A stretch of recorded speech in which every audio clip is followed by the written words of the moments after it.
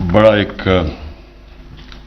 فخر سمجھتا ہوں کہ ہم آغاز کر رہے ہیں جس مہینے میں ہمارے نبی صلی اللہ علیہ وسلم ان کی برتھ ڈے بنانے کے لیے.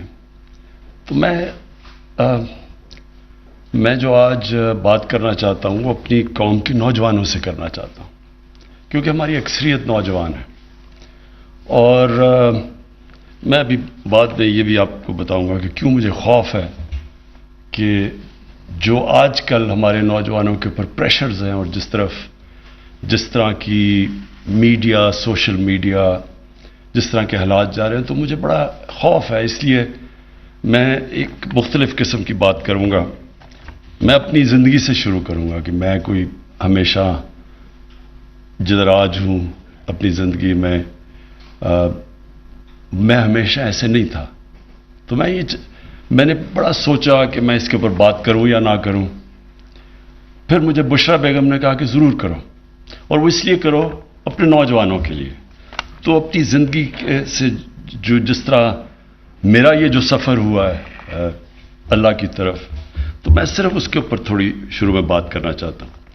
دیکھیں، میری والدہ نے شروع سے، ہم جب چھوٹے سے بھی تھے تو سونے سے پہلے ایک ہی دعا ہوتی تھی کہ دعا کرو کہ اللہ مجھے سیدھے راستے پہ لگا. تو ہم بھی بچپن میں سارے اپنی سونے سے پہلے، میری بہنیں، ہم کہتے تھے اللہ میں سیدھے راستے پہ لگا. لیکن جو میرا ایجوکیشن تھا، ایچ ایس این کالج میں گیا، جو ہمارے ہیروز تھے، رول ماڈلز تھے، وہ اور تھے. جو ہمیں کہا گیا تھا سیدھا راستہ ہے، اور جو ہمارے رول ماڈلز تھے، اس میں زمین آسمان کا فرق تھا. جو رول ماڈلز تھے وہ فلم ایکٹرز تھے، وہ پاپ سٹارز تھے، وہ کئی اسپورٹس مین، گلیمرس لوگ تھے. لیکن اور ان کی زندگیاں بالکل مختلف تھیں ان سے جن کو ہمیں کہا جاتا تھا کہ سیدھے راستے پہ، ان کے راستے پہ چلو. یہ بڑا امپورٹنٹ ہے سمجھنے کے لیے، کیونکہ مجھے پتہ ہے کہ آج ہمارے نوجوانوں کو یہی مسئلہ پڑا ہوا ہے. یہ بہت امپورٹنٹ ہے سمجھنا، اور میں اپنی یوتھ کے لیے صرف آج یہ کہہ رہا ہوں. تو میں جب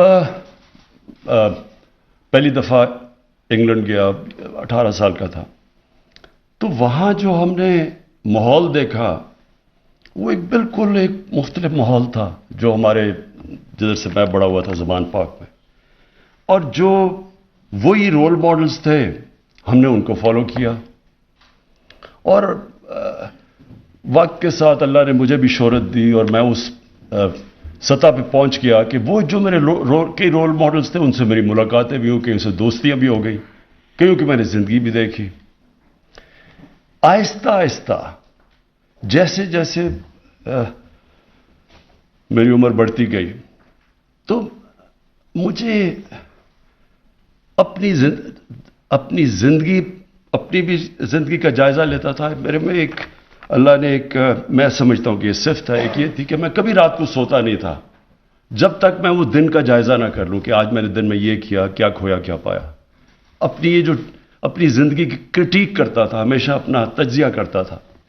تو تو میں نے جب وہ دیکھا کہ میرے جو رول ماڈلز تھے، یا جن کو میں سمجھتا تھا کہ بڑی گلیمرس زندگی ہیں، جب میں نے ان کو قریب سے دیکھا، اور میں کئی سالوں کے بعد کی بات کر رہا ہوں، تو مجھے آہستہ آہستہ سمجھ آنی شروع ہوئی جو اصل میں ایک ہی چیز ہم نماز میں مانگتے ہیں کہ اللہ ان کے راستے پہ لگا جن کو جو نعمتیں بخشی ہیں، ان کے نہیں جو اپنی تباہی کے راستے پہ چلے گئے. تو جن لوگوں کو ہم سمجھتے تھے ہمارے رول ماڈلز تھے، ان میں سے بہت زیادہ کو میں نے اپنی زندگی میں دیکھا اپنی تباہی کے راستے پہ جاتے ہوئے. ایک بہت بڑا فٹ بالر تھا، بعد میں میرا دوست بھی بن گیا. شروع میں ہم اس کو بڑا لک اپ کرتے تھے.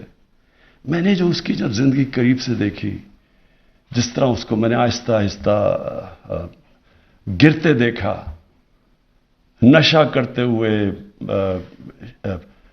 الکوہولک بنتے ہوئے، پھر کلینک میں جاتا تھا اپنے آپ کو، پھر وہ صاف ہو کے پھر واپس آتا تھا، پھر چلا جاتا تھا، پھر 50 سال کی عمر میں مر گیا.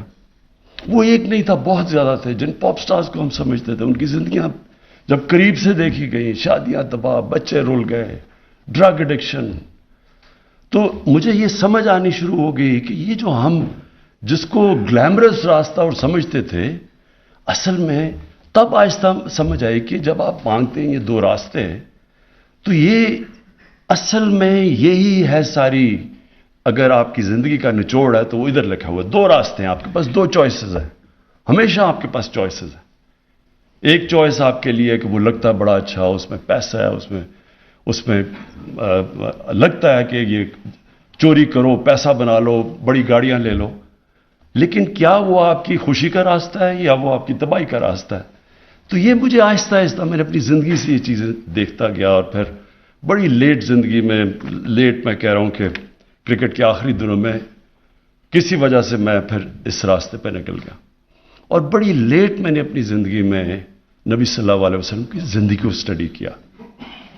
جب میں ان کی زندگی اسٹڈی کی تو میں سب سے پہلے مجھے حیرت کیا ہوئی کہ میں سب سے ماں باپ نے مہنگے اسکول میں مجھے بھیجا، کیوں نہیں مجھے یہ چیزیں اس اسکول میں بتائی گئی؟ سب سے بڑی جو چیز ہے، اور آپ کو میں یقین دلاتا ہوں کہ ابھی تک ہماری 95% بچوں کو یہ پتہ ہی نہیں ہے۔ دیکھیں، دنیا کا جو سب سے بڑا انقلاب آیا تھا نا، وہ آیا تھا 625 اور 636 اور 37 کے بیچ میں۔ یہ کبھی دنیا میں ایسا ہوا نہیں ہے۔ یہ اگر چیز یورپ میں ہوتی، مغرب میں ہوتی، تو اس کے اوپر پتہ نہیں کتنی کتابیں لکھی گئی ہوتی، فلمیں بنی ہوتی، کیا کیا ہوتا۔ میں آپ کو یقین دلاتا ہوں کہ مجھے اگر اتنی لیٹ زندگی میں پتہ چلا تو یہاں اکثریت کو نہیں پتا کہ وہ کیا ہوا تھا۔ وہ ایک بہت بڑا دنیا کی تاریخ کا فینومینا تھا جس کو آپ سمجھ ہی نہیں سکتے کہ 625 میں 313 لوگ ہوتے ہیں جنگ بدر میں، اور 636 میں اور 27 میں دو سپر پاور 11 اور 12 سال میں گھٹنے ٹیک دیتے ہیں ان کے سامنے۔ یہ کیا ہوا تھا؟ اس کے اوپر کوئی ریسرچ ہوئی، کوئی ہمیں بتایا گیا، کوئی ہمارے بچوں کو پتا ہے کہ پتا تو چلے یہ ہوا کیا تھا۔ اور یہ جو فینومینا ہے، یہ جب آپ اس کے پیچھے جائیں گے تو آپ کو صرف ایک چیز پتا چلے گی کہ نبی صلی اللہ علیہ وسلم وہ شخصیت تھے جو یہ انقلاب لے کے آئے، اور انہوں نے دو اصول تھے، ایک تو ان کی پرسنالٹی تھی اور دوسرا مدینہ کی ریاست تھی جو ان کی سنت تھی۔ تو تب مجھے سمجھ آئی کہ کیوں اللہ ہمیں حکم دیتا ہے کہ ان کی زندگی سے سیکھو، کیونکہ اگر آپ ان کی زندگی سے سیکھیں گے تو وہ آپ کی عظمت کا راستہ ہے۔ وہی دو راستے ہیں، ایک تباہی کا راستہ، ایک عظمت کا راستہ ہے۔ اصل میں جب آپ نماز پڑھتے ہیں تو آپ ان کا راستہ مانگ رہے ہوتے ہیں، کیونکہ وہ نعمتیں تو سب سے بڑی ان کو بخشی ہیں اللہ نے، وہ تو اللہ کے محبوب تھے، اللہ کے حبیب تھے۔ وہ ان کی اللہ ہمیں حکم کیوں کر رہا ہے کہ ان کے راستے پہ چلو؟ ہماری بہتری کے لیے اللہ ہمیں اس لیے حکم کر رہا ہے کہ اگر آپ مدینہ کی ریاست کے اصولوں پہ اپنے ملک کو کھڑا کرو گے تو آپ کا ملک اٹھ جائے گا۔ آپ اگر ان کی کیریکٹر کو اپنانے کی کوشش کرو گے آپ اوپر چلے جائیں گے۔ صادق اور امین، آپ کسی گاؤں میں چلے جائیں، پتا چلا لیں سارا گاؤں بتائے گا جی وہ بڑا وہ ہے صادق اور امین، سارا گاؤں اس کے پاس جائے گا مسئلے حل کروانے کے لیے، سارا گاؤں اس کی عزت کرے گا، پیسے سے کوئی تعلق نہیں ہوگا۔ لوگ عزت کرتے ہیں جو بھی ان کی جو کیریکٹر اس کو فالو کرے گا وہ ویسے اٹھتا جائے گا، ایماندار آدمی۔ تو یہ جو فینومینا ہوا تھا اس کی میں نے اپنی طرف سے، آج میں صرف میں نے میں کوئی اسکالر نہیں ہوں، یہ میں بعد میں آپ کو بتاؤں گا کہ میں اب کرنے کیا جا رہا ہوں، کہ ان کی زندگی ہم ربیع الاول بناتے ہیں، ہم خوشیاں بناتے ہیں، ہم پٹاخے آتش بازی ہو جاتی ہے، لیکن کیا ان کی جو زندگی سے اس کے اوپر ہم عمل کرنے کی کوشش کرتے ہیں یا نہیں کرتے؟ ہم سارا یہ ایسے ہے کہ قرآن شریف آپ نے گھر میں رکھی ہوئی ہے، سارے اس کو بڑے ادب سے اٹھا رہے، پڑھ ہی نہیں رہے کہ اندر لکھا کیا ہوا ہے۔ اسی طرح ان کی زندگی جب ہم ان کے لیے جان دینے کے لیے تیار ہو جاتے ہیں، لیکن ان کے کیریکٹر سے تو سیکھیں کیا ان کو ہم کیریکٹر کو اپنا رہے ہیں یا نہیں اپنا رہے؟ اللہ کا حکم ہے کہ ان کی سنت پہ چلو. تو میں نے جو دیکھا سب سے پہلے کیا چیز کہ یہ فینومینا کیا تھا. میں کوئی اسکالر نہیں ہوں. سب سے بڑی بات رحمت العالمین، سب انسانوں کے لیے رحمت لے کے آئے تھے. رحمت المسلمین نہیں تھے وہ. یہ بہت امپورٹنٹ ہے سمجھنے کی آپ کو بات. انہوں نے جو ساری جو ان کی وہ چیزیں کر رہے تھے انسانوں کے لیے کر رہے تھے. یہ مجھے بتائیں کہ آج کسی ماڈرن کوئی بڑے بڑی ڈیموکریسیز ہیں جی، بڑا وہاں رول آف لا ہے. کبھی آپ یہ تصور کر سکتے ہیں کہ خلیفہ وقت حضرت علی ایک یہودی شہری سے کیس ہار جاتے ہیں عدالت میں؟ خلیفہ وقت کیس ہار جاتا ہے. ان کا مقام دیکھیں حضرت علی کا کیا تھا. لیکن جج کہتا کہ نہیں، آپ کی بیٹی کی گواہی میں قبول نہیں کرتا. یہ انسانیت کا نظام تھا. سب انسان برابر تھے. یہودی کو بھی وہی انصاف مل رہا تھا ایک ملک کے سربراہ سے. تو وہ جو ایک کانسیپٹ تھا رب الانسانوں کو اکٹھا کرنا، انہوں نے لیڈرشپ کا جو پیمانہ دیا کہ انسانوں کو لیڈر اکٹھا کرتا ہے، تقسیم نہیں کرتا نفرتیں پھیلا کے. یہ نہیں کہتا کہ جناب ہندو سب سے عظیم قوم ہے، باقی سارے نیچے ہیں. ان سب سارے انسانوں کے لیے انہوں نے جو ایک چھوٹے سا، میں اس لیے کیونکہ آج کل بڑا کرنٹ ہے، انہوں نے ایک کہا کہ اس دنیا کے لیے ایسے جیو کہ آپ نے 1000 سال زندہ رہنا ہے. اب اس کے اوپر دیکھیں کہ اگر آپ اس کے اوپر غور کریں تو جو آج دنیا کا سب سے بڑا مسئلہ بنا ہوا ہے کلائمیٹ چینج کا، انسان نے یہ تو نہیں کیا. انسان کی لالچ، اس کی ہوس، ہم نے دنیا سے اتنا ظلم کیا کہ آج ہمارا موسم بدل رہا ہے جس کے پتہ نہیں اب کیا اثرات ہونے والے ہیں. لیکن انہوں نے تقریباً 1500 سال پہلے کہہ دیا تھا کہ دنیا میں اس دنیا کے لیے ایسے رہو. آپ نے 1000 سال یعنی آنے والی نسلوں کے لیے آپ نے کس طرح کی دنیا چھوڑ کے جانی ہے. اور انہوں نے یہ بھی کہا کہ یہ جو مقابلہ سارا وقت ایک کلیش ہو رہا ہے ہیومن اور مٹیریل کا، انسانیت کا ایک طرف ہے اور ایک طرف جو پیسے کی پوجا کرنے والے لوگ ہیں. دو طرز زندگی ہے. اور وہی کہ انہوں نے بتایا کہ اصل میں نظام وہ ہوتا ہے جس میں انسانیت ہوتی ہے. اور جو بھی ان کی سنت پہ چلے اور جو سب سے بڑے ان کی سنت پہ چلنے والے یہ بڑے بڑے صوفی تھے اس بر صغیر کے، نظام الدین اولیاء، داتا گنج بخش، میاں میر صاحب، بابا فرید گنج شکر، جن کو سکھ بھی ان کو فالو کرتے ہیں. یہ سارے بڑے انسان تھے. ان کی آپ دیکھ لیں کیوں آج تک لوگ ان کی جا کے لاکھوں لوگ جاتے ہیں. اور آج اللہ نے تو کہا ہوا کہ عزت میرے ہاتھ میں ہے، تو کیوں لوگ ابھی تک عزت کرتے؟ بڑے انسان تھے وہ. یونیورسل اسلام تھا، ایک یونیورسل میسج تھی، انسانیت کو اکٹھے کرنے کے لیے، تقسیم کرنے کے لیے نہیں تھی. اور یہ اور بات ہے کہ بعد میں مسلمانوں ان کے قدموں پہ نہیں چلے. لیکن یہ جو پیغام وہ لے کے آئے تھے شروع میں، وہ سب سے بڑا تھا کہ انسان یونٹی، انسان اکٹھے ہیں. انسانوں کے لیے وہ پیغام رحمت العالمین تھے. اور پھر ان کو دیکھتے دیکھتے لوگ لیڈر بن گئے. اگر آپ وہ فیز سٹڈی کریں، یہ جو میں آپ کو بتا رہا ہوں کہ صرف آپ 623 کے بعد وہ سٹڈی کریں، تو اتنے تھوڑے وقت میں کبھی اتنے بڑے لیڈر نہیں آئے. جو ان کو دیکھتا تھا وہ لیڈر بن گیا. حضرت بلال جو ایک غلام تھے، انہوں نے 2 ایکسپیڈیشنز یعنی 2 دفعہ ملٹری کیمپین لیڈ کی تھی. تو سب ان کو دیکھ کے عظیم لوگ بن گئے. جس طرح مولانا رومی نے کہا نا کہ جب اللہ نے تمہیں پر دیے ہیں کیوں چونٹیوں کی طرح زمین پہ رینگ رہے ہو. انہوں نے انسان کی جو اشرف المخلوقات، اللہ کی سب سے عظیم مخلوق، اس کا پوٹینشل نکال کے رکھ دیا. کوئی آپ ایکسپلین کر ہی نہیں سکتے کہ کیسے ایک دم ساری دنیا میں وہ چھا گئے. منگولین نے بھی بڑی تیز 50-60 سال میں آدھی دنیا پہ قبضہ کر لیا تھا، لیکن ان کے پاس ایک ایسی وار مشین تھی، انہوں نے جدید ان کی جو کمان تھی انہوں نے ایک ایسے لے کے، وہ دنیا میں کبھی تھی نہیں، ان کے گھوڑے، ان کی وار ٹیکنیکس تھی. ان کے پاس تو کچھ نہیں تھا، کوئی ایکسپلینیشن نہیں ہے کہ ایک دم ساری دنیا پہ چھا گئے. تو سب سے پہلی وجہ یہ تھی کہ انہوں نے اصل میں دین تھا انسانیت کے لیے. زیادہ تر تو شروع مسلمان تو اقلیت میں تھے، آپ تاریخ تو پڑھیں، زیادہ تر تو اور لوگ ان کے ساتھ لڑ رہے تھے جب ان کے مقابلے ہوتے تھے. جب یہ بیزنٹائن کی جو ایمپائر تھا، اس کی انہوں نے جب ادھر پھیلنا شروع کیا تو لوگ مسلمانوں کے پاس آتے تھے. انصاف ان کا بہتر تھا. انصاف یعنی جو دو چیزیں تھیں، انسانیت کا نظام اور انصاف کا نظام، یہ دو بنیادیں رکھی انہوں نے مدینہ کی ریاست میں کہ انصاف انسان کو آزاد کر دیتا ہے.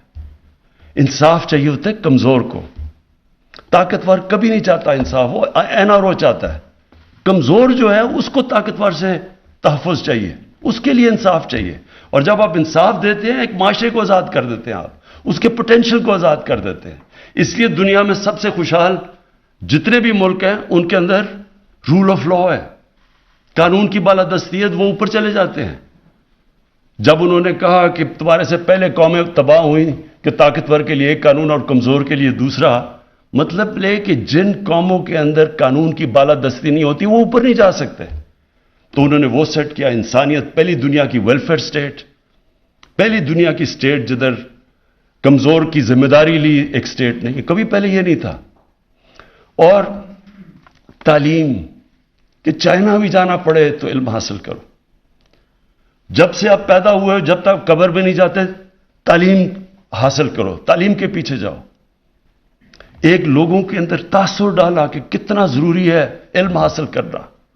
جنگ بدر کے بعد انہوں نے کہا کہ پیسے بھی نہیں تھے، یعنی غریب تھے مسلمان تب، جنگی قیدی کو واپس کر کے پیسے لے سکتے تھے. انہوں نے کہا نہیں، جس کو پڑھا لکھا دے گا وہ آزاد ہے. ترجیح دی، تعلیم کو ترجیح دی پیسے کے اوپر. اور تعلیم مردوں کے لیے نہیں، صرف تعلیم انسانوں کے لیے، خواتین کے لیے، سب کے لیے. یہ بھی بڑی غلط فہمی جو بدقسمتی سے کوئی تنگ نظر لوگ ڈالتے ہیں. تعلیم سب کے لیے، اور تعلیم کی وجہ سے پھر مسلمان، جو ان کی ہدایت تھی اس کی وجہ سے مسلمان بڑھے. اور پھر آپ سارے ٹاپ سائنٹسٹ دیکھ لیں، جتنے بڑے بڑے نام تھے اگلے 500-600 سال تک، وہ ساروں کا بالکل ان کی زندگی اس کے اوپر بھی پورا تجزیہ قرآن کے اوپر بھی تھا، اور پھر وہ سائنٹسٹ بھی تھے. اس کے علاوہ جو ان کی جو اپنی پرسنالٹی تھی، میں صرف اس کے اندر 3 ٹریٹس، ایک تو صادق اور امین، اور ایک قرآن کی آیت ہے کہ جو لوگ ایمان لے آئے اللہ ان کے خوف دور کر دیتا ہے. انسان کو خوف سے آزاد کر دیا. یہ جو خوف ہے یہ انسان کو غلام رکھتا ہے کہ میرے رزق نہ چلی جائے، مجھے وہ کوئی طاقتور قتل نہ کر دے، مجھے ذلیل نہ کر دے. آزاد کر دیا انسانوں کو. تو یہ جو فنومنا ہے، میں یہ چاہتا ہوں، اور میں بعد میں کہوں گا کہ ہم نے کرنا کیا، یہ سارے ہمارے اسکولوں کے اندر بچوں کو سمجھنا چاہیے. آپ پڑھائیں، پتہ تو چلے، کیونکہ یہ تو تاریخ کا حصہ ہے. یہ تو آپ یہ دین کو بھی ہٹ کے، کیونکہ رول ماڈلز ہونے چاہیے بچوں کے لیے. میرے رول ماڈل یہ نہیں تھے، کیونکہ مجھے پتہ ہی نہیں تھا یہ. تو دوسری چیز، پاکستان. اب میں ذرا اپنے ملک پہ آ جاتا ہوں. میں نے 3 سال یہ حکومت میں کیا دیکھا. میری تو پہلے سے جب ہم نے پارٹی بنائی 25 سال پہلے، تو میرے میں تو کوئی شک نہیں تھا کہ پاکستان ایک بڑی خواب کا نام تھا، ایک مثالی اسلامی فلاحی ریاست بننا تھا ہم نے. اور وہ مدینہ کی ریاست کے وہی تھی جو دنیا کی پہلی تھی. تو ہمارے جو فاؤنڈنگ فادرز تھے، آبجیکٹو ریزولوشن میں انہوں نے جو پاکستان کا مقصد تھا اس میں انہوں نے بڑا واضح کہا کہ یہ ہے ہمارا گول. تو میں پہلے دن سے اسی کا میرا یہ تھا کہ ہم نے ایک مثالی اسلامی فلاحی ریاست بننا.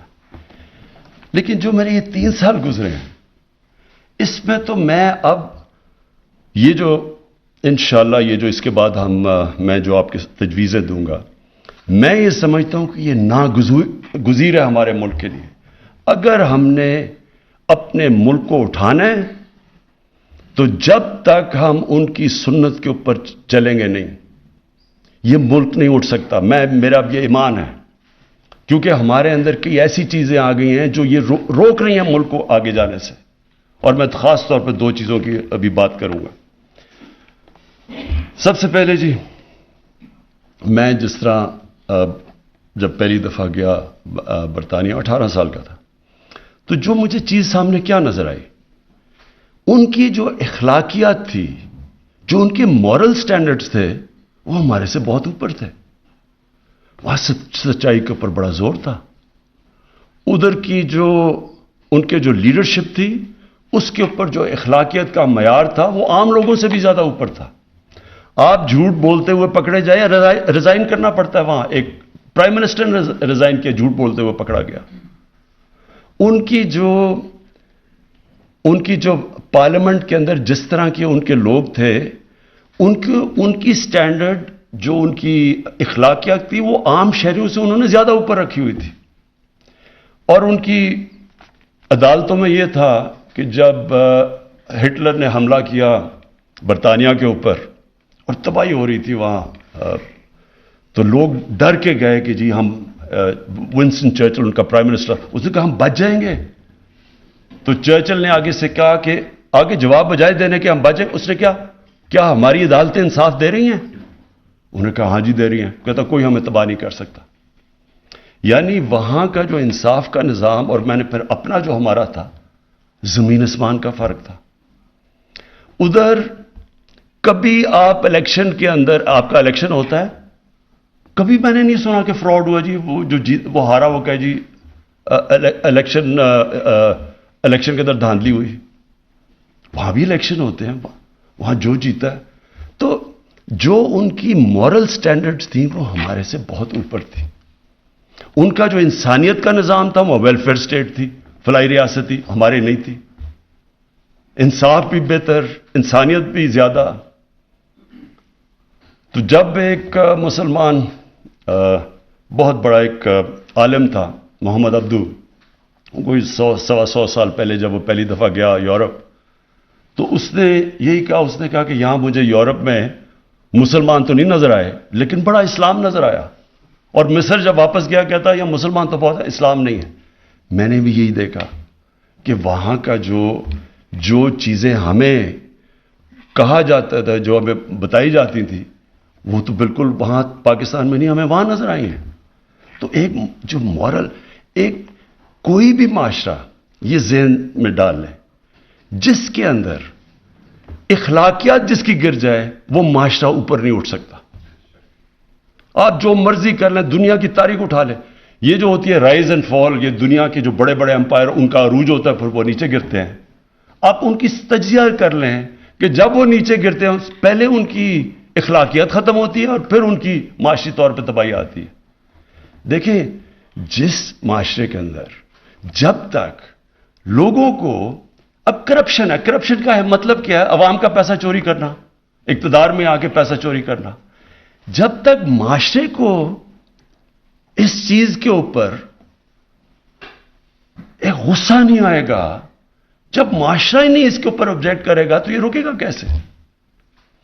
انگلینڈ کے اندر اگر کسی کے اوپر ایک دفعہ الزام لگ جائے کہ اس نے پبلک کا پیسہ چوری کیا، کسی پبلک فورم کے اندر وہ آ کے دکھا دے، کہیں پارلیمنٹ میں جا کے تقریر کر کے دکھا دے، جب تک وہ اپنے آپ کو کلیئر نہیں کرتا. ہمارا ایک چلا گیا تھا سیاستدار، وہ ہارٹ ٹاک کے اوپر، اور اس نے جو اس کے ساتھ کیا ہے وہ اس لیے کیا کہ وہ وہاں وہ ٹالریٹ نہیں کرتے. ان کا وہ ایک معاشرہ کرپشن کو فائٹ کرتا ہے. سنگاپور کے اندر جب لی کوان یو نے ایک ان کی کرپشن کے کیمپین کی اور ان کی اخلاقیات اٹھائی، تو جب ایک منسٹر کرپشن میں پکڑا گیا، اس نے خودکشی کر لی. مطلب یہ اس نے کہا میری زندگی اب ختم ہے، معاشرے میں کوئی مجھے بلائے گا ہی نہیں. تو ایک حکومت کیا کر سکتی ہے؟ کتنی کرپشن سے لڑ سکتی ہے؟ کتنے کیسز ہو سکتے ہیں؟ وہ تو چلتے جاتے ہیں. لیکن معاشرہ لڑتا ہے کیونکہ معاشرے کا پیسہ چوری ہوتا ہے. آپ صرف اب یہ دیکھ لیں، یہ ایک فیکٹ آئی پینل ہے، فیکٹ آئی پینل جو سیکرٹری جنرل ہے یونائٹڈ نیشنز کا، اس نے ایک پینل بنائی. انہوں نے ساری ملکوں کا تجزیہ کیا کہ یہ جو غریب ملک ہیں ان کے سب سے بڑے مسئلے کیا ہیں. اس میں کیا چیز سامنے آئی؟ اس نے دیکھا کہ جتنے بھی غریب ملک ہیں ان کی اصل وجہ غربت کی یہ ہے کہ ان کے جو صاحب اقتدار ہیں وہ ملک کا پیسہ چوری کر کر کے باہر لے کے جا رہے ہیں، مغربی کیپٹلز میں لے کے جا رہے ہیں، آف شور اکاؤنٹس میں لے کے جا رہے ہیں. وہ بھی لنڈن میں بڑے بڑے انہوں نے گھر لیے ہوئے ہیں، ملک کا پیسہ چوری کر کے باہر لے کے جا رہے ہیں. سب سے بڑی وجہ ایک غریب غربت کی یہ ہے کہ اس کے ملک کا جب پیسہ چوری ہو کے باہر جاتا ہے تو وہ جب تک ایک معاشرہ نہیں لڑتا. اب آپ یہ ایک آدمی پیسہ چوری کر کے بھاگ کے لنڈن بیٹھا ہے، وہ تقریریں کر رہا ہے اور اس کے لوگ ان کے اوپر پھول پھینک رہے ہیں، تو پھر چوری میں کیا بری چیز ہے؟ جب اب معاشرہ ہی نہیں اس سے لڑے گا تو گورنمنٹ کتنے کرپٹ لوگ پکڑ سکتی ہے؟ آپ جو اور اوپر سے آپ جب دیکھتے ہیں کہ جی بڑے بڑے لوگوں نے اربوں چوری کیا ہوا ہے، تو تھانے دار کو آپ کہہ رہے ہیں یا پٹواری کو کہہ رہے ہیں یا کسی ان کو کہہ رہے ہیں یا آپ سیدھے ہو جائیں، باقی وہ اوپر وہ خاص لوگ ہیں وہ چوری. ایسے بھی کبھی معاشرہ آگے نہیں بڑھ سکتا. کوئی بھی دنیا میں مجھے معاشرہ بتا دے جس کے اندر کرپشن ہو اور وہ ترقی کر گیا ہو. چائنا آپ کے سامنے ہے، چائنا کے اندر اس نے تقریباً 450 لوگ پچھلے 7 سالوں کے اندر کرپشن میں وزیروں کو لیول کا جیل میں ڈالا ہے، یہ جو پریزیڈنٹ شی جن پنگ ہے. تو اس طرح تو نہیں معاشرہ اوپر جا رہا. اور پھر جو بھی معاشرہ کیونکہ رب العالمین ہے، وہ جو معاشرہ ان اصولوں پہ چلے گا جو ہمارے نبی صلی اللہ علیہ وسلم نے مدینہ کی ریاست میں لے کے آئے تھے، اوپر آ جائے گا. چائنا آج دنیا میں سب سے اوپر چلا گیا. کیوں؟ انہوں نے سب سے زیادہ غربت، انہوں نے ساری دنیا کی تاریخ میں سب سے زیادہ غریب لوگوں کو اوپر اٹھایا. چائنا اوپر چلا گیا. آج اسکینڈینیوین ملکوں میں چلے جائیں، سب سے زیادہ فلاحی ریاست اسکینڈینیویا میں، وہاں خوشحالی ہے. تو جو بھی ان اصولوں پہ چلے گا وہ اوپر چلا جائے گا. پھر جی اب الیکشن کی میں بات کر رہا تھا. اب الیکشن کیا؟ 1970 کے بعد سارے الیکشن میں جو ہارتا کہتے دھاندلی ہو گئی. یہ پہلی دفعہ ہے کہ گورنمنٹ نے فیصلہ کیا کہ ہم وہ سسٹم چینج کرتے ہیں. حکومت میں ہوتے ہیں، کیونکہ جب حکومت میں آتے ہیں نا، سارے پہلے کہتے ہیں دھاندلی، جب حکومت میں آتے ہیں کچھ نہیں کرتا. کیونکہ جب حکومت میں آپ آ جاتے ہیں، آپ کے پاس گورنمنٹ ہوتی ہے، آپ کے لیے زیادہ آسان ہوتا ہے الیکشن میں دھاندلی کرنا. آپ سٹاف اپنا نیچے رکھ سکتے ہیں، آپ تیاری کر سکتے ہیں، پیسے آپ کے پاس ہوتے ہیں. تو یہ پہلی حکومت ہے جو اقتدار میں آ کے کہہ رہی ہے کہ ہم اس کو ٹھیک کر رہے ہیں. اور ہم نے جو جائزہ لیا کہ سب سے بڑا مسئلہ یہ ہے کہ جیسی الیکشن جو پولنگ ختم ہوتی ہے اس کے بیچ میں سے لے کے جب تک رزلٹ اناؤنس ہوتا ہے اس کے بیچ میں ساری دھاندلی ہوتی ہے. وہ جوڈیشل کمیشن بنائی تھی 2015 میں سپریم کورٹ نے، تو اس کے اندر یہی چیز سامنے آئی تھی. اس کو ختم کرنے کے لیے ہم نے ای وی ایم مشینز لے آئے، ٹیکنالوجی لے آئے. ہم پوری کوشش کر. وہی لوگ جو سارا وقت دھاندلی کہتے ہیں وہ کہہ رہے ہیں یہ ٹیکنالوجی نہ لے کے آؤ. میں جب کرکٹ کھیلتا تھا اپنے امپائر ہوتے تھے، تو جب پاکستان میں ہم کئی دفعہ میچ جیتے تھے وہ کہتے تھے آپ کے امپائر ہیں. ہم بھی کئی دفعہ ہارتے تھے، ہم کہتے تھے وہ امپائر ہیں. دنیا کی کرکٹ کی 200 سالہ تاریخ میں پہلا ملک تھا پاکستان جو ہم نے کہا، اور دنیا کی سب سے طاقتور ٹیم کے خلاف ہم نے پاکستان میں نیوٹرل امپائر لیا باہر سے. ہم نے کہا ٹھیک ہے ہم باہر سے امپائر لے کے آتے ہیں. اور آج ساری دنیا میں نیوٹرل امپائر، اور اب سب جو ہارتا ہے وہ مان جاتا ہے. یہ میری پوری کوشش ہے کہ یہ الیکشن میں بھی میں یہ کروں کہ یہاں کیوں نہیں ہم سے الیکشن کروا سکتے؟ کیونکہ دھاندلی کرتے ہیں اگلے، وہ چاہتے نہیں ہیں کہ سسٹم چینج ہو. تو اب دوسرا پرابلم ایک ہے کہ ہماری اخلاقیات، اور میرا ایمان ہے کہ یہ بھی انشاءاللہ اپنے نوجوانوں کو جو میں بھی آخر میں تجویز کروں کہ کیسے کرنا ہے، اپنے نوجوانوں کی جب ہم تربیت کریں گے، یہ مقابلہ کریں گے انشاءاللہ یہ جو ہماری ملک کی اخلاقیات نیچے چلی گئی ہے. اور خاص طور پہ وہ لوگ جب اقتدار میں آ کے جب چوری کرتے ہیں تو سارے ملک کی اخلاقیات نیچے چلی جاتی ہے. دوسری ہے فحاشی. اب دیکھیں یہ جب انسان فحاشی کی بات کرتا ہے تو یہاں ایک طبقہ ہے کہتا وہ اپنے آپ کو لبرل ہے، وہ شور مچا دیتا ہے کہ جی دیکھیں بہت بڑا ظلم ہو گیا، یہ کیا باتیں کر رہے ہیں، یہ پتہ نہیں ہمیں پیچھے لے کے جا رہے ہیں، کس طرح کی باتیں کر رہے ہیں. اور وہ کہتے اپنے آپ کو لبرل ہیں. دیکھو میں 18 سال کی عمر میں جب وہاں گیا تو میں پھر سے آپ کو بتاؤں کہ انگلینڈ میں اس وقت ایک بڑی تبدیلی آ رہی تھی. ایک sex drugs and rock and roll revolution تھی جو آ رہی تھی, اور وہ اس نے ان کا سارا معاشرہ تبدیل کر رہا تھا. تو میں اپنے یہ جو لوگ ہیں یہاں, کیونکہ یہ مغربی معاشرے کو جانتے نہیں ہیں, میں وہ آدمی ہوں جو اندر رہ چکا ہوں, جس کو اپنایا, جس کی بچے بھی وہاں ہیں, میں اس کو اندر باہر سے جانتا ہوں. اور میں نے اپنی آنکھوں کے سامنے اس معاشرے کے اندر چینج آتے دیکھا. وہ کیا چینج تھا؟ جب آپ معاشرے میں جو sex drugs and rock and roll کا مطلب کہ انہوں نے فحاشی عام کر دی. پہلے فلمز ہوتی تھی اڈلٹ اونلی, وہ آہستہ آہستہ ان فلموں کے اندر وہ چیزیں آنی شروع ہو گئیں جو پہلے نہیں آتی تھیں. جیسے جیسے اس میں وہ جو انگلینڈ کا جیسے سوسائٹی پرمیسو ہوتی گئی, فحاشی بڑھتی گئی, اس کا ڈائریکٹ امپیکٹ پڑا ان کے فیملی سسٹم کے اوپر, خاندانی نظام کے اوپر ڈائریکٹ. جب کوئی وجہ ہے نا, میں یہ چاہتا ہوں کہ ہمارے ملک میں ریسرچ کیوں نہیں ہوئی ابھی تک, کیوں نہیں ہمارے اسکالرز نے بیٹھ کے دیکھا کہ کیوں یہ پردے کا کانسیپٹ ہے کیا؟ پردہ صرف یہ نہیں کہ عورت اب پردہ کر لے یا آدمی کپڑے. پردہ ایک اوور آل کانسیپٹ ہے کہ معاشرے میں فیملی سسٹم بچانے کے لیے آپ کو کرنا چاہیے. یہ ہمارے اسکالرز کو کرنا چاہیے تھا, کیونکہ جیسی جیسی مغربی انفلوئنس آ رہا ہے, یہاں ایسے لوگ ہیں جو پورا وہ اپنا لیتے ہیں مغربیت.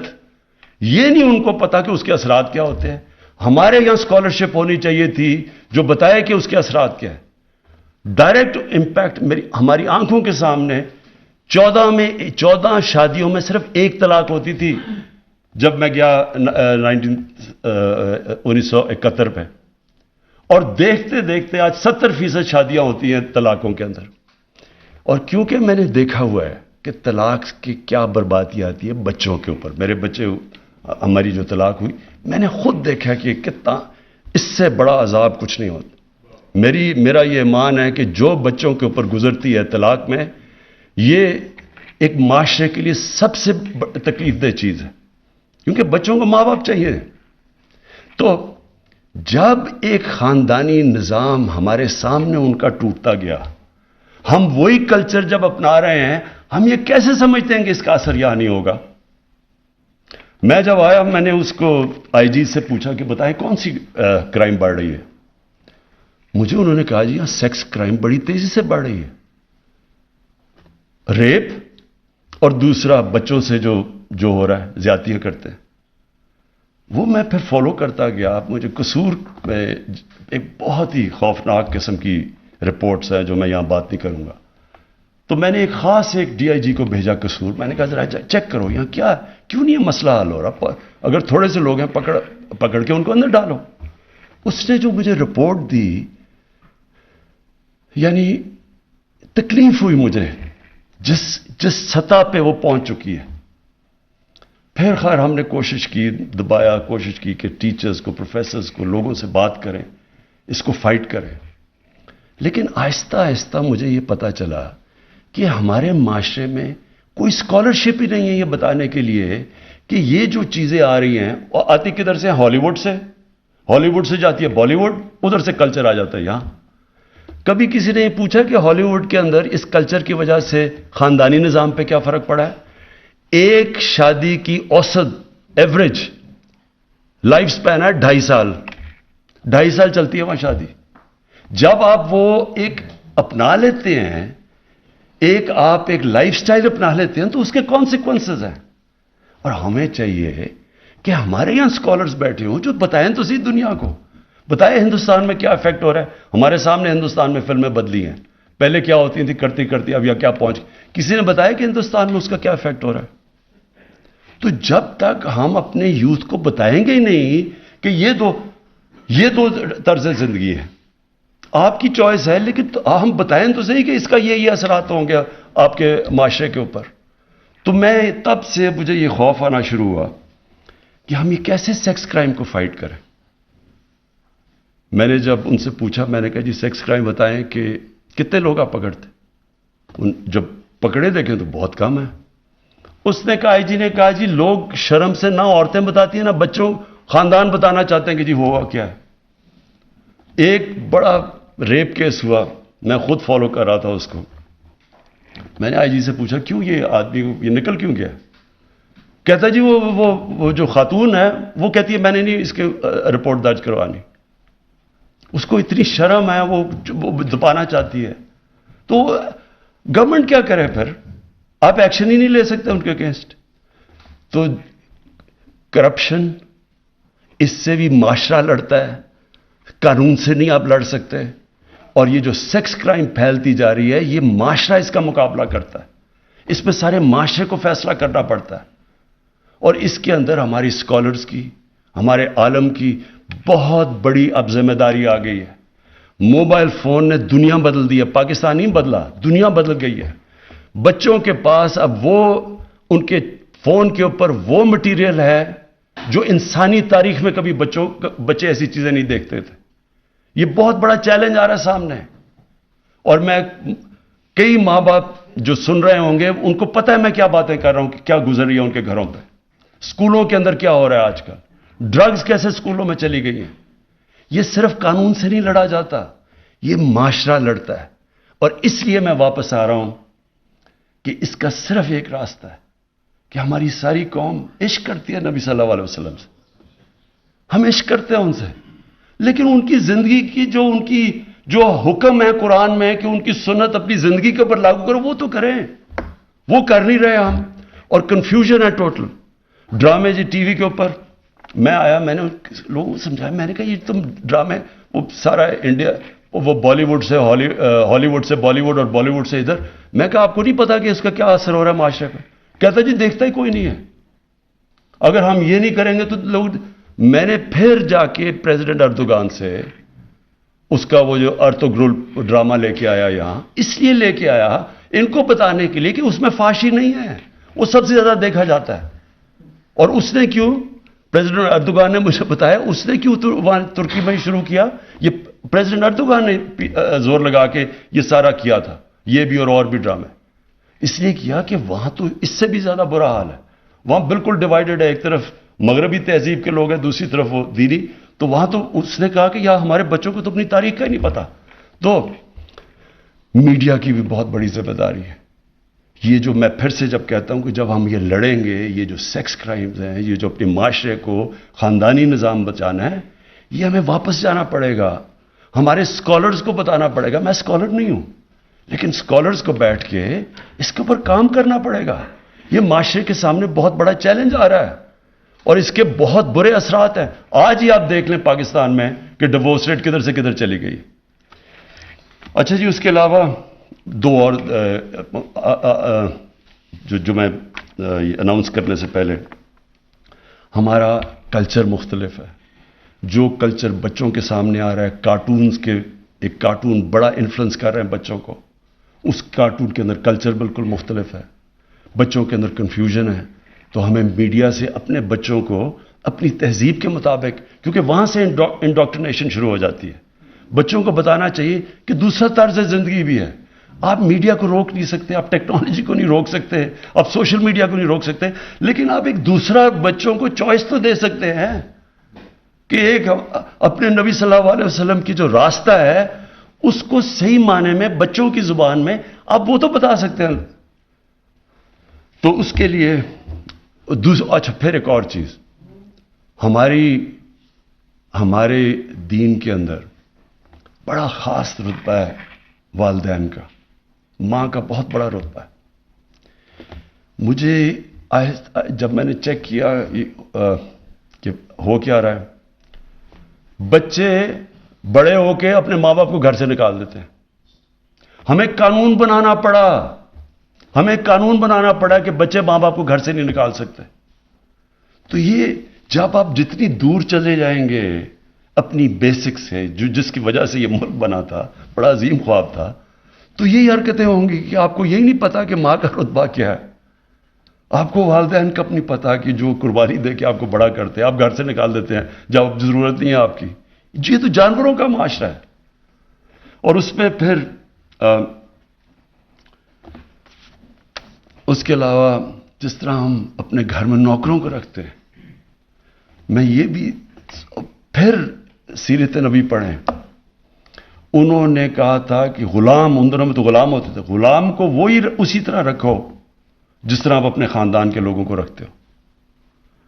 اور وہ پھر ایک بہت بڑا انقلاب آیا، ایسا انقلاب آیا ان کو دیکھتے دیکھتے. صرف جو افریقن ہیں، جو افریقہ سے لوگ ہیں جو غلام بنے، آپ ساری دنیا میں دیکھ لیں، صرف عرب معاشرے کے اندر وہ معاشرے کا حصہ بن گئے. امریکہ میں ابھی تک وہ بلیک لائیوز میٹر ابھی تک صحیح طرح وہ حصہ نہیں بنے.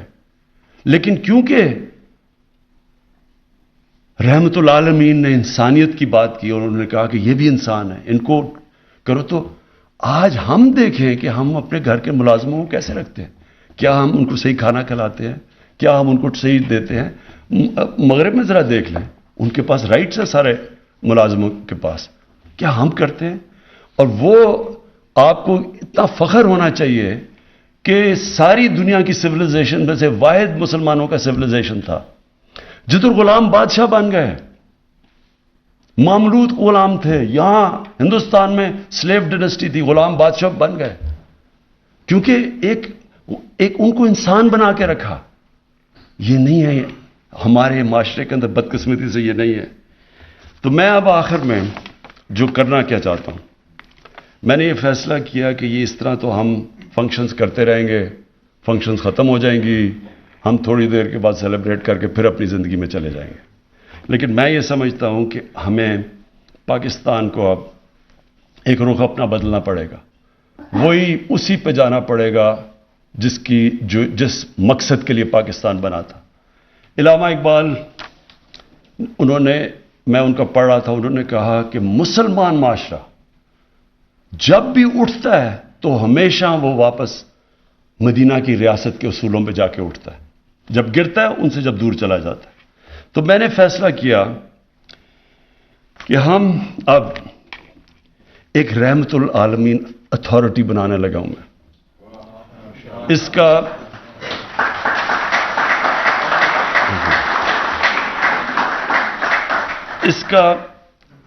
کا مقصد یہ ہے کہ ان کی زندگی اس اتھارٹی کے اندر اسکالرز ہوں گے جو کہ ان کا سارا وقت مقصد ہوگا کہ نبی صلی اللہ علیہ وسلم کی زندگی، بچوں کو کیا پڑھانی ہے، بڑوں کو کیا پڑھانی ہے، کیسے اپنی زندگی میں لے کے آنی ہے، ان کو ریلیونٹ کیسے کرنا ہے اپنی زندگی میں.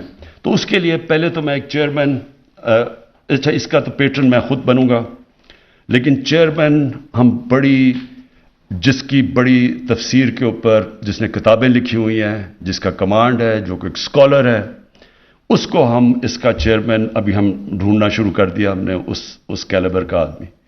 اس کے اوپر ایک انٹرنیشنل ایڈوائزری بورڈ بنے گا جس میں دنیا میں جو ٹاپ مسلمان اسکالرز ہیں ان کو ہم ایڈوائزری بورڈ کے اوپر لے کے آئیں گے. کئی نام بھی ہم نے ابھی دیکھ لیے ہیں، ان کو اپروچ بھی کر رہے ہیں کہ اوپر سے ایک انٹرنیشنل بورڈ بنے گا، نیچے یہاں ایک چیئرمین ہوگا رحمت العالمین اتھارٹی کا. اور اس کا کام کیا ہوگا؟ اس کا کام یہ ہوگا کہ یہ اسلام کی جو مغرب میں بھی جو ہمیں ان کو سمجھ نہیں ہے کہ اسلام ایک پیار کا دین ہے، اسلام کا انسانوں کو اکٹھے کرنے کا. رحمت العالمین ایکسپلین کرے گا دنیا کو. تو یہ اتھارٹی میں بھی ہم ان کو اس سٹیج پہ بٹھائیں گے کہ دنیا کو ایکسپلین کر سکیں کہ اسلام کیا ہے، بجائے یہ ہوتا ہے کہ وہاں کچھ ہو جاتا ہے، یہاں کے پتھراؤ شروع ہو جاتا ہے، یہاں شور مچ جاتا ہے، لوگ کہتے ہیں جی دیکھیں یہ کس طرح کے لوگ ہیں، ہم جواب بھی نہیں دے سکتے اور ان کی زبان میں بھی نہیں جواب دے سکتے کہ جو وہ سمجھیں کہ زبان کیا ہے. تو اس لیے یہ اتھارٹی کا، اس کے جو چیئرمین ہوگا، جو اتھارٹی، اس کا ایک یہ کام ہوگا کہ بتائے دنیا کو کہ اسلام ہے کیا. یہ ایک پیار کا دین ہے، اس میں تو جو ہمارے، اور جیسے وہ نبی صلی اللہ علیہ وسلم کی زندگی بتائیں گے لوگوں کو پتہ چلے گا کہ یہ تو ایک انسانیت کا دین ہے. اس کے بعد پھر اس کے اندر ایک اسکالر جو ہوگا، یہ سب اسکالرز ہوں گے. اس اسکالر کا کام ہوگا کہ اسکولوں کے جو کریکولم ہیں ان کو مانیٹر کرے، کیونکہ ہم نے 8، 9، 10 کتابوں میں اب سیرت نبی کا کورس شروع کیا. اس کو مانیٹر کیا جائے گا کہ کیسا پڑھ رہا ہے، اس میں کیا ہے، کوئی چینج کرنا ہے، کیونکہ وہ سارا ڈسکشن ہو رہی ہوگی اسکالرز کے ساتھ کہ ہم کیسے اس کو بہتر کر سکتے ہیں. اور ساتھ ہم پھر باقی دین بھی جو ہیں، جو ہمارے ہندو ہیں سکھ، ان کو بھی ہم پڑھائیں گے، کیونکہ سارے دین بات تو انسانیت کی کرتے ہیں، تو اس لیے آپ کو بھی، ان کو بھی ساروں کو ہم چاہیں گے کہ وہ بھی پوری طرح آگاہ ہو کہ اپنے دین سے کیا۔ اچھا، پھر یونیورسٹیز کے اندر یہی جو بورڈ ہوگا، اس میں ایک ہوگا کہ جو یونیورسٹیز میں ریسرچ کروائے گا۔ اب مثلا میں صرف یہ چاہتا نا، میں تو اسکالر نہیں ہوں، لیکن کوئی یہ ریسرچ تو کرے کہ 625 اور 636 میں کیا ہوا کہ ایک دم وہ اٹھ کے کہ دنیا کے پرائمری سویلائزیشن بن گئے۔ وہ ریسرچ تو کرنی چاہیے، اس میں بڑے پہلو ہیں اس کے، میں تو موٹی موٹی آپ کو چیز بتا رہا ہوں، لیکن ہر معاشرے کے اندر یہ ریسرچ سب سے امپورٹنٹ، اور یہ ہوتی ہے یونیورسٹیز کے اندر ریسرچ۔ ہماری یونیورسٹیز کے اندر مثلا میں نے آپ بات کی کہ یہ جب آپ مغربی کلچر لے کے آتے ہیں تو اس کو پتہ تو چلے کہ ان کی اسٹرینگتھ کیا ہے، ویکنس کیا ہے، کہ کیا وہ کیا نقصان کدھر پہنچائے گا، فائدہ کدھر پہنچائے گا۔ ان کی اچھی چیز ہے، مثلا ان کی مورالٹی بہت زبردست ہے، ہمارے سے زیادہ بہتر ہے، لیکن جدھر ہمارے معاشرے کو، خاندانی نظام کو کیا نقصان پہنچ رہا ہے، اس کا کام ہوگا کہ پھر اس میں یہ پوری طرح اس کے تحقیقات کریں یونیورسٹیز میں، ان کو پروجیکٹس دیں، ریسرچ کریں۔ دیکھیں ریسرچ بیسڈ چیزیں آنی چاہیے کہ کیا ہاں ہماری طلاقیں بڑھی ہیں یا نہیں بڑھی، کیا ہمارا اس کا کیا امپیکٹ ہو رہا ہے۔ یہ ریسرچ ہر معاشرہ ریسرچ کرتا ہے، یہاں کوئی ریسرچ ہی نہیں ہے۔ ہم انتظار کر رہے ہوتے جی ہمارا جو ایک طرف وہ جو میں کہہ رہا ہوں مغرب زادے ہیں، وہ مغربی تہذیب جو بھی وہاں سے آتا ہے وہ ٹھیک ہی ہوگا، کیونکہ انہوں نے ٹیکنالوجی میں اور سائنس میں آگے نکل گئے ہیں، تو باقی ساری چیزیں بھی لے لیں تحقیقات کیے بغیر، سوچے سمجھے بغیر۔ تو اس کا پھر کام ہوگا ریسرچ کا کہ ہم یونیورسٹیز میں ریسرچ کر کے لوگوں کو بتائیں کہ کیا ان کی اچھائی ہیں، کیا برائی ہیں، اور ہم کدھر غلط جا رہے ہیں، ہمارے کلچر کیسے آگے بڑھ سکتا ہے۔ پھر میڈیا، ایک اسکالر ہوگا جس کا صرف کام ہوگا میڈیا کا، کہ مانیٹر کرے سوشل میڈیا، اس کے اندر ہم نے کیسے اپنے، کیونکہ ہم روک تو نہیں سکتے لیکن ہم آلٹرنیٹ دوسروں کو چوائسز دے سکتے ہیں، تو وہ ایک میڈیا کا وہ کرے گا، اور دوسرا ٹی وی کے اوپر، میڈیا کے اوپر، اور پھر پرنٹ کے اوپر، اور پھر کارٹونز۔ میں پھر سے کہتا ہوں یہ کارٹونز جو بچوں کو دکھائے جاتے ہیں اور جو بالکل ایک ایلین کلچر ہوتا ہے، یہ بہت بڑی انڈاکٹرینیشن ہو رہی ہے۔ تو ہم اگر ہم روک تو نہیں سکتے لیکن ہم اپنے تو بنائیں کارٹونز، اتنے میں تو ہمارے میں ہونی چاہیے کہ ہم اپنے بچوں کو اپنا کلچر سے بتائیں۔ اور پھر ایک اسپیشل پروجیکٹس کا ایک ہوگا اسکالر۔ اب میں کیا یہ کہہ رہا ہوں، عرس ہوتے ہیں ہمارے، لاکھوں لوگ آئے ہوئے ہوتے ہیں، وہ بھی دھمال بھی ہوتی ہے وہاں اور سب کچھ ہوتا ہے اور چرس بھی پی لیتے ہیں، لیکن یہی نہیں پتا کہ وہ جس کے لیے وہ کر رہے ہیں وہ کیا، اس کی کیا صفتیں تھیں، وہ کیوں اتنا بڑا عظیم انسان تھا۔ تو سارے آ کے شور کر کے چلے جاتے ہیں، کسی کو یہ نہیں پتا ہوتا کہ میاں میر نے کیا کیا، اور وہ جو بابا فرید کیوں گرو نانک بابا فرید کے مرید تھے، کیا وجہ تھی، ان کی کیا ٹیچنگز تھیں۔ تو یہ اسپیشل، پھر ہمارے ربیع الاول پہ، اس سے میں اب آگے جانا چاہتا ہوں، میں چاہتا ہوں کہ ہم دھوم دھام سے بنائیں، یہ بڑا خوشی کے دن ہے ہمارے، اور پوری طرح انشاءاللہ یہ ہم نے سب سے زیادہ سیلیبریٹ کرنا ہے ربیع الاول، لیکن اس کے اندر پھر پوری ایک انٹلیکچوئل ڈیبیٹس چلے۔ آپ کو پتہ ہے مسلمان جب عروج میں تھا، مجھے تکلیف ہوتی ہے کہ تو اپنی تاریخ پڑھ کے، کہ 800 کے اندر 9th سینچری میں مسلمانوں میں ڈیبیٹس کیا چل رہی تھی، رائٹس آف چائلڈ، کہ بچے کے کیا حقوق ہونے چاہیے، یعنی وہاں پہنچے ہوئے تھے۔ اور آج ہم دیکھیں کہ ہمارا کوئی اپنی ریسرچ ہی نہیں ہے کہ ہمارے بچوں کے اوپر یا کیا امپیکٹ پڑ رہا ہے۔ تو میں چاہتا ہوں کہ اب جو جب ہم سیلیبریٹ کریں تو اس میں انٹلیکچوئل سامنے آئیں، بتائیں کہ جناب ہم کیوں یہ سیرت نبی پہ چلنا چاہتے ہیں۔ تو اس لیے یہ بھی میں نے اسپیشل پروجیکٹس کے لیے ایک ہوگا جو سارا جائزہ لے گا، جتنے ہمارے ریلیجس، جتنے بھی ہم مذہب محرم ہیں، اس میں بھی بتائیں تو صحیح کہ وہ حضرت امام حسین کی قربانی کیا تھی، کیوں اصول زندگی سے زیادہ بہتر ہو سکتے۔ یعنی میں چاہتا ہوں کہ اس کے اوپر اب اور لیول کے اوپر ہم لے کے جائیں اپنے ساری جتنے بھی ہماری دینی فنکشنز ہیں۔ ہر دین کی فنکشن کے پیچھے ایک فلسفہ ہوتا ہے، محمد سے میں آپ کو پردے کے پیچھے ایک فلسفہ ہے، کسی نے بتایا کہ کیا وجہ ہے، کسی نے کسی کو ایکسپلین کیا ہے۔ تو انشاءاللہ یہ ہماری ریسرچ کرے گی اور اسپیشل پروجیکٹس۔ آخر میں جی میں یہ چاہتا ہوں کہ ہمارا جو یوتھ ہے وہ اس کو وہ نہ اسے ہو جو میرے سے ہوئی جب میں پہلی دفعہ برطانیہ گیا. مجھے کوئی سمجھ نہیں تھی, میری کوئی گراؤنڈنگ نہیں تھی اپنے. مجھے اپنی نبی صلی اللہ علیہ وسلم کی زندگی کا کوئی صحیح معنی میں علم نہیں تھا.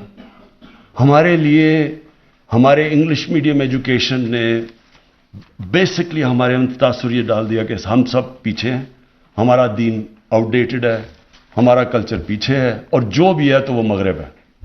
اور یہ بدقسمتی سے ابھی بھی ہمارے بچوں میں جس طرح کا سوشل میڈیا پہ کانٹینٹ آ رہا ہے, فلمیں آتی ہیں, سب کچھ آتا ہے. تو دیکھیں, دین میں تو کوئی زبردستی نہیں ہے.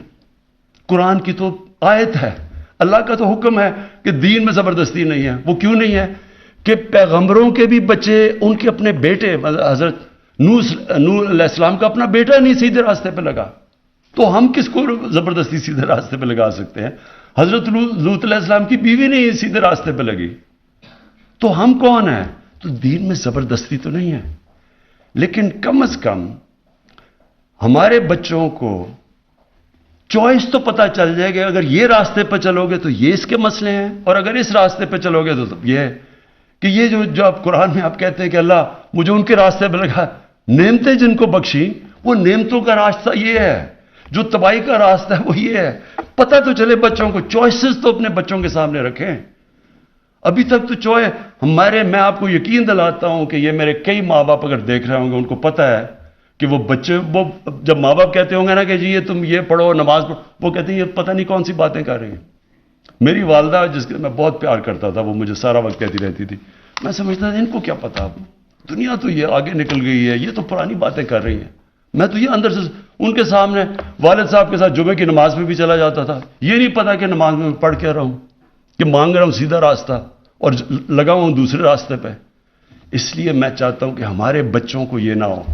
میں چاہتا ہوں کہ جو ہمارا یوتھ ہے, جو ہماری فیوچر ہے, میں چاہتا ہوں کہ میری نوجوانوں کو سب کو پتا ہو کہ ہم ہیں کیا, یہ کیوں ملک بنا تھا, جو دنیا کا تاریخ کا سب سے عظیم لیڈر نہ کبھی آیا ہے نہ کبھی آ سکتا ہے, جس کو اللہ کہہ رہا ہے اپنا رول ماڈل بناؤ.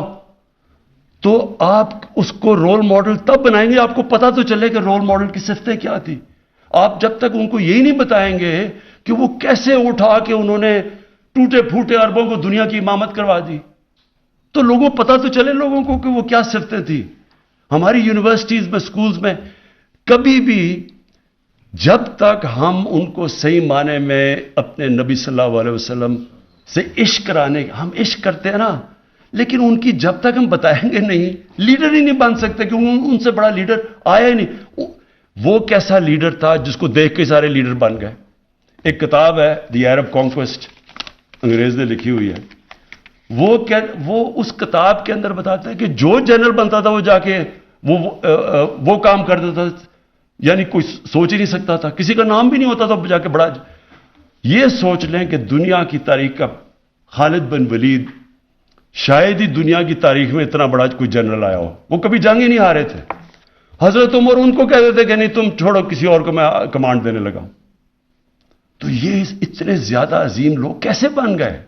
اس کے اوپر تو ریسرچ کریں, بتائیں تو صحیح کہ وہ کیا صفتیں تھیں, ہمارے نبی کی کیا صفتیں تھیں کہ انہوں نے ساروں کو لیڈر بنا دیا. تو ہمیں تو سب سے بڑا مسئلہ ہی پاکستان میں لیڈرشپ کرائسس ہے, ہمیں تو لیڈر ہی نہیں ملتے.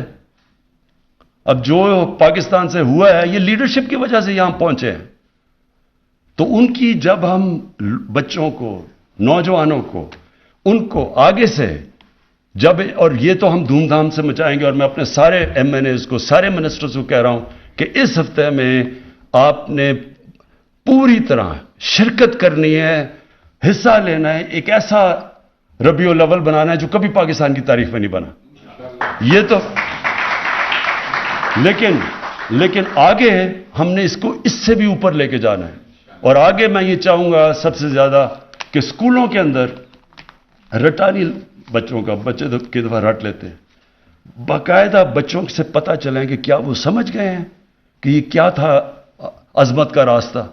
تو انشاءاللہ اس کو ہم اب ایک پوری یہ جو رب العالمین اتھارٹی ہے، اس کو آپ پورا اسٹیبلش کریں گے، اس میں اسکالرز ہوں گے، دنیا کے باہر بھی ہم بتائیں گے کہ آگے سے کبھی کوئی یہ جس طرح گستاخی کرتے ہیں ان کی شان میں، اس کے اوپر ایک بڑا زبردست انٹلیکچوئل قسم کا جواب جائے گا، بجائے اس کے کہ ہم اپنا توڑ پھوڑ کر کے اور نقصان کریں۔